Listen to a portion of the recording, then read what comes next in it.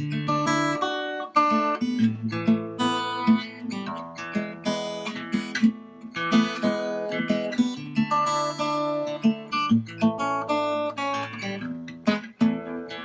everyone, it's Kenji here with Ecotone Explorer. We're here at hallowed grounds of the Laguna Seca Raceway. And we're here at the Otter Classic in Monterey, California. And we're here with Maurice Tierney, who is the CEO and founder and publisher of Dirt Rag magazine. So Maurice, thanks for joining us here. We're going to talk a little bit off script about some of the nuances of the industry side of bikes. You know, you've been in this a long time. It sounds like 30 years, so even 1 year older than the Sea Otter itself. That's right. Right. And so tell me a little bit about yourself, why you started Dirt Rag, and where you're coming at in the industry side of cycling.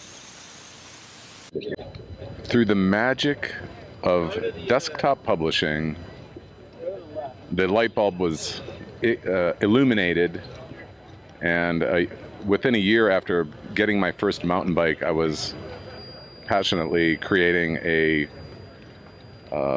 little zine for Pennsylvania, West Virginia, and Ohio, so I could be in the bike industry and not pay retail. Ah. But no, seriously, it started with a very small organic idea with very low expectations. I had no idea I would be doing this 30 years later, and we started with 2,000 copies distributed at mountain bike events in Pennsylvania, West Virginia, and Ohio, and it grew and grew, and people liked what we were doing, and the rest is history. Yeah, we've just been here doing it for a long time. Right on.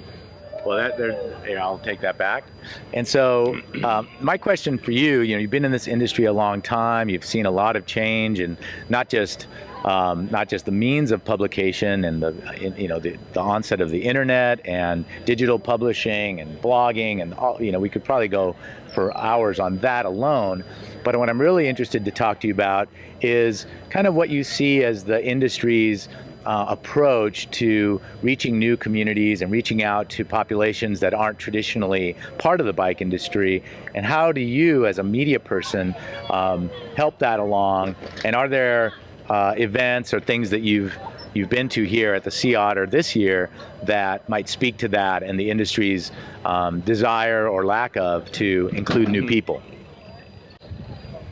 Well, I mean, our mission has always been to get more people on bikes, and to the point that we started another bike magazine called Bicycle Times.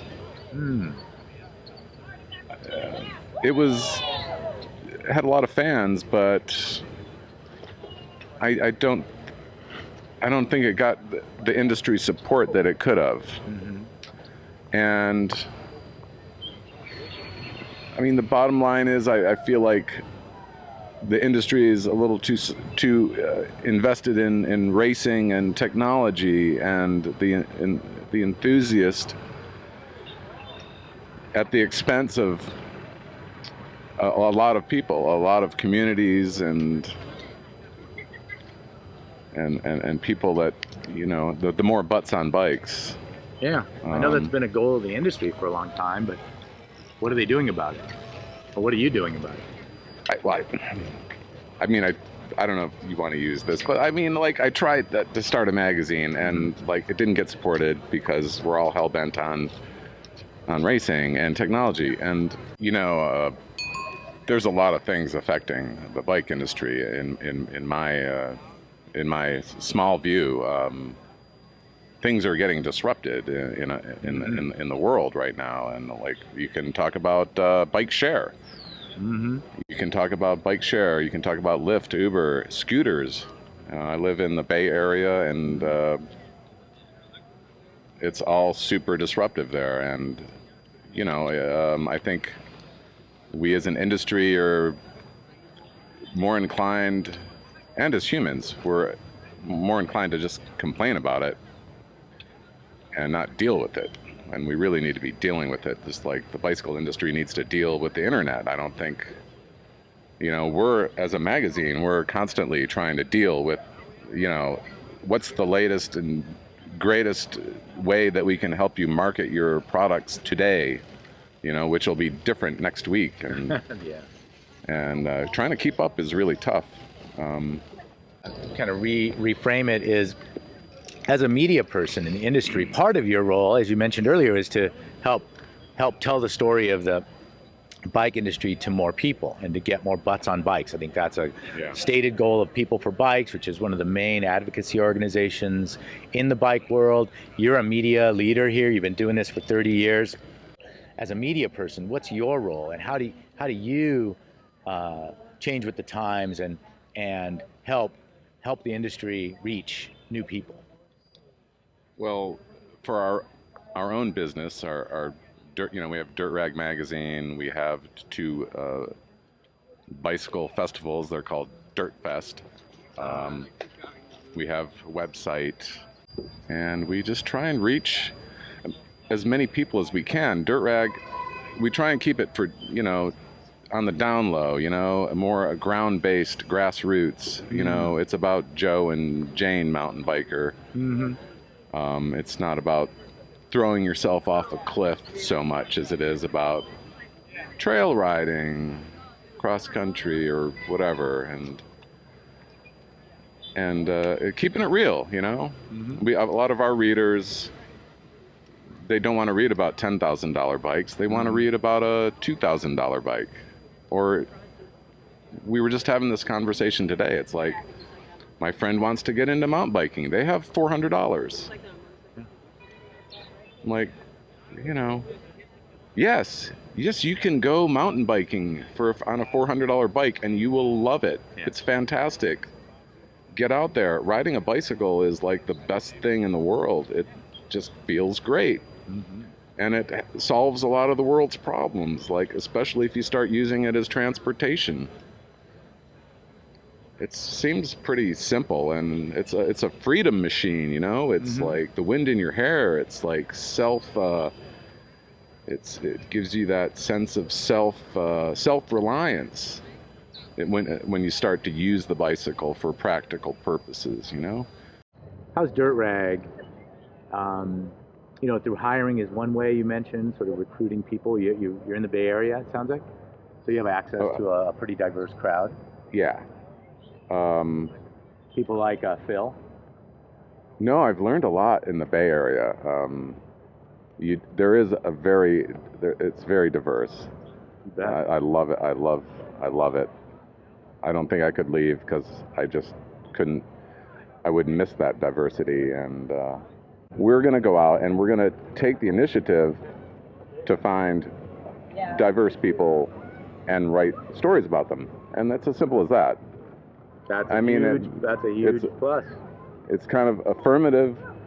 I don't know if you want to call it affirmative action, but yeah, it's true. And we want to see a different face of cycling. Mm-hmm. We want to show, we have the power to do that. We have the power to show a different face of cycling. Yeah. So I would say you have a responsibility. And yes, a responsibility, and I hope we can live up to that. Yeah.